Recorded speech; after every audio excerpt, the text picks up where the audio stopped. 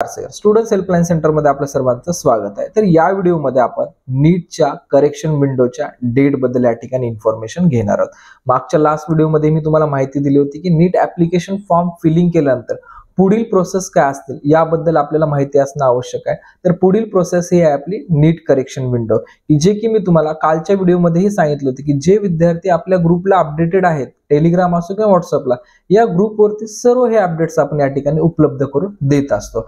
तसंच हे आपलं 13 मार्चचं अपडेट आहे। या 13 मार्चच्या अपडेटमध्ये आपल्याला करेक्शन विंडो केव्हा ओपन होणार आहे आणि करेक्शन विंडो केव्हा क्लोज होणार आहे याबद्दल माहिती दिलेली आहे। त्यासोबतच या करेक्शन विंडो मध्ये आपल्याला काय काय चेंजेस आहेत, काय चेंजेस करू शकतो आपण, याबद्दल सुद्धा तुम्हाला संपूर्ण माहिती दिलेली आहे।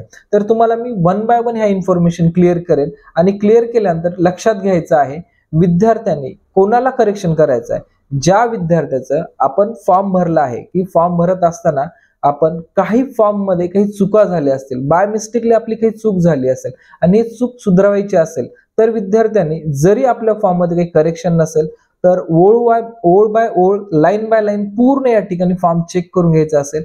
आपल्या फॉर्म मध्ये या ठिकाणी कॉमा जरी मिस्टेक असेल किंवा या ठिकाणी आपलं कुठलं एक सिंगल स्पेलिंग मिस्टेक जरी असेल तरी आपल्याला पूर्ण या ठिकाणी करेक्शन करता येणार आहे। हे पहिल्यांदा झालं आहे की एनटीए न तुम्हाला स्टार्ट टू बॉटम पूर्ण करेक्शन या ठिकाणी करण्यासाठी परमिशन दिलेली आहे।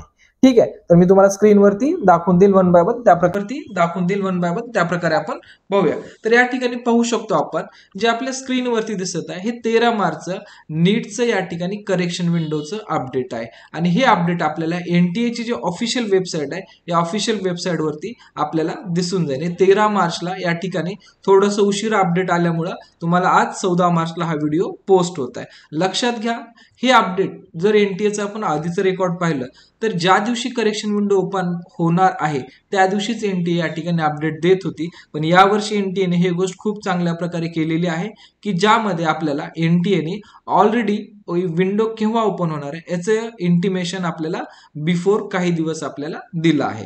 याच्यामध्ये आपण पाहू शकतो की सर्वात महत्वाचा या ठिकाणी हा कॉलम आहे की नीट यूजी 2024 ड्युरेशन ऑफ करेक्शन या ठिकाणी 18 मार्च पासून 20 मार्च 2024 पर्यंत आपल्याला मिळणार आहे। म्हणजे आपल्याला जवळपास या ठिकाणी 3 दिवस आपल्याला करेक्शन विंडोसाठी या ठिकाणी उपलब्ध आहेत आणि या 3 दिवसामध्ये आपल्याला हे करेक्शन करून घ्यायचं आहे। 18 तारखेला या ठिकाणी मे बी 12च्या नंतर या ठिकाणी विंडो चालू होईल। विंडो चालू झाल्यानंतर 20 तारखेला रात्री 11:50 हे विंडो ओपन राहणार आहे। खूप महत्वाचा पार्ट आहे। 11:50 हे विंडो कदाचित म्हणण्यापेक्षा 100% क्लोजच होईल, कारण हा जो करेक्शन विंडोचा जो ड्युरेशन दिलेला आहे हा 3 दिवस सुद्धा हा मॅक्झिमम ड्युरेशन राहू शकतो। ठीक आहे, तुम्हाला मी लास्ट व्हिडिओमध्ये सुद्धा याची डेट टेंटेटिव्ह डेट सुद्धा मी या ठिकाणी सांगितली होती, तुम्ही ते पाहू शकता। आणि याच्यामध्ये लक्षात घ्यायचं आहे की या विंडोचं जे या ठिकाणी महत्व आहे, यात आपल्याला जर आपला फॉर्म याच्यात खाली लिहिलेलं सुद्धा आहे या ठिकाणी, जर आपला फॉर्म या ठिकाणी काही मिस्टेक असेल तरच आपल्याला करेक्शन करायचं आहे, जर काही मिस्टेक नसेल तर या विंडोमध्ये आपल्याला काही करायची गरज नाहीये। आणि दुसरी गोष्ट याच्यामध्ये मेन्शन अशा पद्धतीने केलेली आहे, जे आपण करेक्शन करणार आहोत, लक्षात घ्या, जे करेक्शन करणार आहोत हे करेक्शन आपलं हे फायनल करेक्शन असणार आहे की यानंतर जर विद्यार्थ्याला 20 मार्च नंतर वाटलं की नाही मला करेक्शन करून हवंय, तर यानंतर आपल्याला कुठल्याच कंडिशनमध्ये 20 मार्चच्या नंतर आपल्याला करेक्शन होऊ दिलं जाणार नाहीये। त्यामुळं जे आपण 9 तारखेपर्यंत अथवा 16 मार्च पर्यंत जोही फॉर्म भरला आहे या फॉर्म मध्ये टॉप टू बॉटम म्हणतो ईच अँड एव्हरी स्टेट, म्हणजे यामध्ये आपल्या पर्सनल डिटेल्स असतील, ऍड्रेस डिटेल्स असतील, क्वालिफिकेशन डिटेल्स असतील किंवा आपल्या डॉक्युमेंट्स अपलोडिंगमध्ये, फोटो अपलोडिंगमध्ये काही मिस्टेक झाल्या असतील, अशा ईच अँड एव्हरी गोष्टी आपल्याला या करेक्शन विंडोमध्ये करेक्शन करता येणार आहेत। त्यासोबतच बरेच असे विद्यार्थी होते की त्या विद्यार्थ्यांनी फॉर्म भरत असताना एसटी भराव, ओबीसी भराव की ओपन भराव, बरेच या ठिकाणी महाराष्ट्र कास्टच्या विद्यार्थ्याला ईडब्ल्यूएस भराव, जनरल भराव की या ठिकाणी आपल्याला ओबीसी मधून भरायचे, असे कन्फ्युजन मध्ये या ठिकाणी काही चुका झालेल्या आहेत। तर अशा सर्व विद्यार्थ्यांना या सर्व गोष्टी करेक्शन करून मिळणार आहेत किंवा आपल्याला करेक्शन करता येणार आहे. याच्यामध्ये आपण पाहू शकतो seen it is a one time facility extended to the candidate avoiding the hardship. म्हणजे तुम्हाला हे एकच वेळेस विंडो दिली जाणार आहे. याच्यामध्ये जे विद्यार्थ्याला मागे त्रास झाला हे त्रास कुठला होऊ नये या अनुषंगाने आपल्याला हे करायचंय. त्यानंतर खालचा पॉइंट खूप जास्त महत्वाचा आहे, लक्षात घ्या. It's important to highlight that the final correction will be applicable only after payment of any additional fees. खूप महत्वाचा पॉइंट आहे की या ठिकाणी त्याच्यामध्ये मेन्शन केले if required in case where change in gender category और PWD स्टेटस.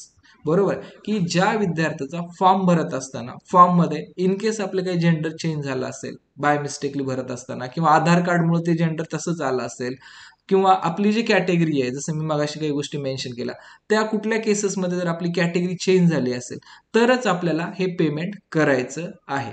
आता पेमेंट कोणाला करावं लागेल, लक्षात घ्या. ज्या विद्यार्थ्यांनी समजा ओबीसी मधून फॉर्म भरलाय पण त्या विद्यार्थ्याला ओबीसीचं सर्टिफिकेटच मिळणार नाही आणि ते फॉर्म भरत असताना विद्यार्थ्यांनी 1600 रुपये भरलाय, ओबीसी असेल अथवा ईडब्ल्यूएस असेल, जर त्या विद्यार्थ्यांनी 1600 रुपये भरून फॉर्म भरला असेल तर अशा विद्यार्थ्याला या केसमध्ये वरचे 100 रुपीज या ठिकाणी पेड करून आपलं ईडब्ल्यूएस 2 किंवा ओबीसी 2 जनरल येत आहे.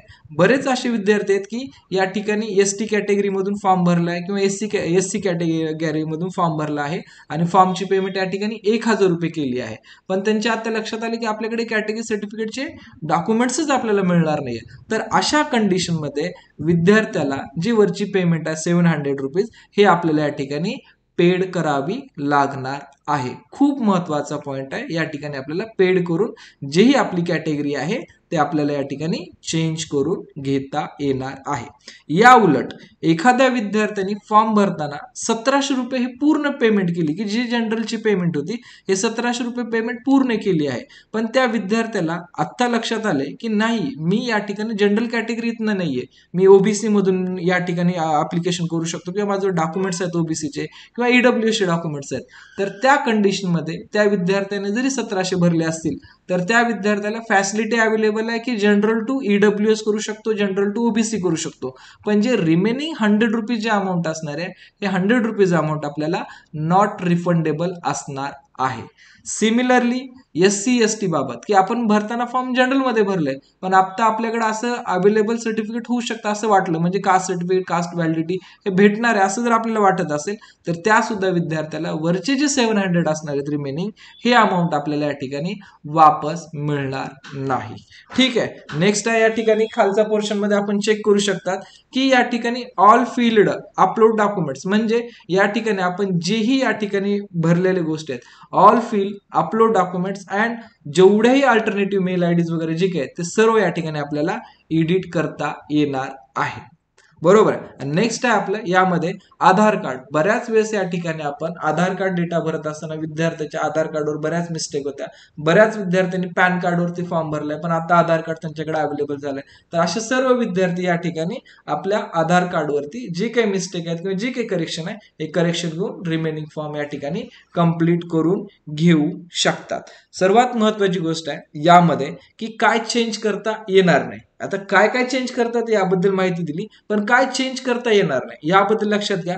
जो आपला पहिला रजिस्टर्ड मोबाईल नंबर दिला होता की जे आपल्याला शेवटला ओटीपी आला होता, तर तो ओटीपी आलेला मोबाईल नंबर चेंज करता येणार नाही. आणि ज्या विद्यार्थ्याचा 4 मार्चच्या अगोदर फॉर्म झाला आणि अशा विद्यार्थ्यांनी जो मेल आयडी दिला होता परमनंट मेल आयडी, तो मेल आयडी सुद्धा या ठिकाणी चेंज करता येणार नाही. कारण का चेंज करता येणार नाही, तो ऑलरेडी तुमचा व्हेरीफाईड आहे, कारण तो बरोबरच आहे आणि तो व्हेरीफाईड पण आहे, त्यामुळे हा फक्त पोर्शन आपल्याला चेंज करता येणार नाही. अदरवाईज सर्व गोष्टी आपण या ठिकाणी चेंजेस करू शकतो.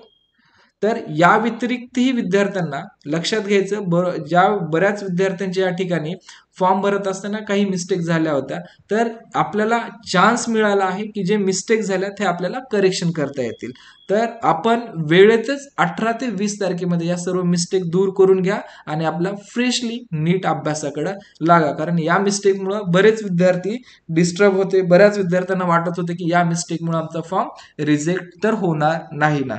तर आपल्याकडे चान्स आहे, वेळ आहे, त्या वेळेमध्येच आपण हा करेक्शन करून घ्यावं.